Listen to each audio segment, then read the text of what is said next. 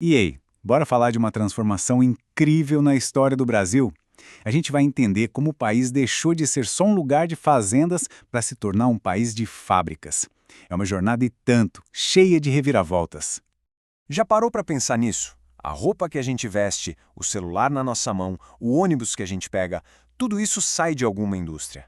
Mas a história de como o Brasil começou a fabricar as próprias coisas olha, cheia de surpresas. Vamos nessa? Pode parecer meio louco, mas para a gente entender como a indústria começou por aqui, a gente precisa voltar para uma época em que o Brasil era literalmente proibido de fabricar qualquer coisa. Isso mesmo, proibido. Então, na época em que o Brasil era colônia, Portugal tinha uma regra bem clara, o tal do Pacto Colonial. Funcionava assim: o Brasil podia plantar cana, café, tirar ouro, beleza. Mas ter fábrica para fazer ferramenta ou tecido, nem pensar. Tudo isso tinha que ser comprado de Portugal. Era um jeito de garantir que não haveria concorrência. O ponto de virada dessa história foi em 1808, quando a família real portuguesa veio para o Brasil. Essa mudança foi gigantesca. Eles abriram os portos para outros países e acabaram com boa parte daquelas proibições. Foi tipo o primeiro sinal verde para a indústria brasileira poder, enfim, começar a nascer. Ok, com a porta aberta, vamos ver como os primeiros motores começaram a roncar por aqui. E olha, foi um começo bem devagarinho, viu? A nossa linha do tempo é mais ou menos assim. A gente sai da época colonial, onde tudo era proibido, passa pelos primeiros surtos de indústria lá no Segundo Reinado e aí chega no grande salto que foi na Era Vargas. Uma caminhada longa e cheia de obstáculos.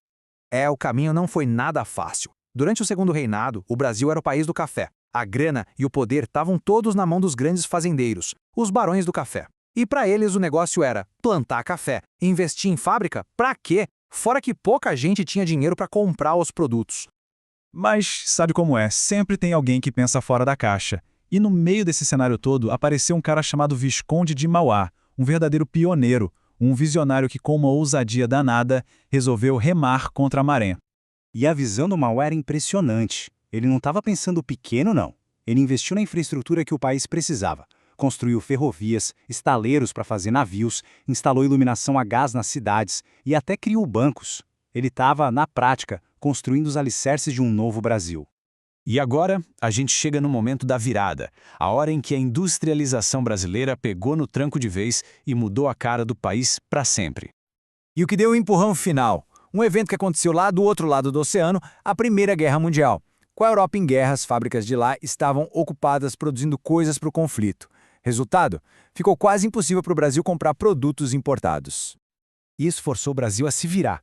E aí nasceu a estratégia que define nossa história industrial, a substituição de importações. O nome pode parecer complicado, mas a ideia é simples. Se não dá para comprar de fora, a gente vai ter que aprender a fazer aqui dentro. A lógica do processo foi essa. A crise lá fora bloqueou as importações. Isso criou uma necessidade de produzir aqui. E para dar certo, o governo precisou entrar em cena, investindo pesado para a coisa acontecer. E quem foi a figura central nesse processo? Getúlio Vargas. O governo dele foi importantíssimo, criando as chamadas indústrias de base. Aquelas que fazem aço, petróleo, energia. Foram essas grandes empresas do governo, as estatais, que deram suporte para todo o resto da indústria crescer.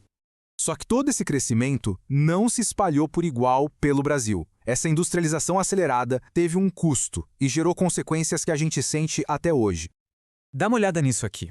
A grande maioria das indústrias, dos empregos e da grana se concentrou nas regiões Sudeste e Sul. Enquanto isso, o resto do Brasil meio que ficou para trás. Isso criou uma desigualdade regional enorme, que ainda existe. E as consequências não foram só essas. Além da desigualdade entre as regiões, tivemos um movimento gigante de pessoas saindo do campo para procurar emprego nas cidades. É o famoso êxodo rural. Isso fez as cidades crescerem super rápido e de um jeito meio bagunçado, criando um monte de outros problemas. Ufa, quanta coisa, né? Então bora para um resumo bem rápido e um quiz para a gente fixar os pontos mais importantes dessa história. Primeira pergunta do nosso quiz. Por que a Primeira Guerra Mundial foi um divisor de águas para a indústria do Brasil? E a resposta é porque a guerra simplesmente complicou a importação de tudo. Aí não teve jeito. O Brasil foi forçado a começar a produzir aqui o que antes comprava de fora. A necessidade foi a mãe da invenção. Segunda pergunta, qual foi o papel decisivo do governo de Getúlio Vargas nesse processo todo? A resposta foi investir pesado e criar empresas estatais. Lembra? as de indústria pesada, como as de aço e petróleo, que formaram a espinha dorsal de todo o desenvolvimento que veio depois. E a última pergunta: qual foi uma das principais consequências do jeito que a industrialização se desenvolveu no nosso país? E a resposta é a enorme desigualdade regional. A riqueza e as fábricas ficaram super concentradas no Sudeste e no Sul, uma marca que o Brasil carrega até hoje.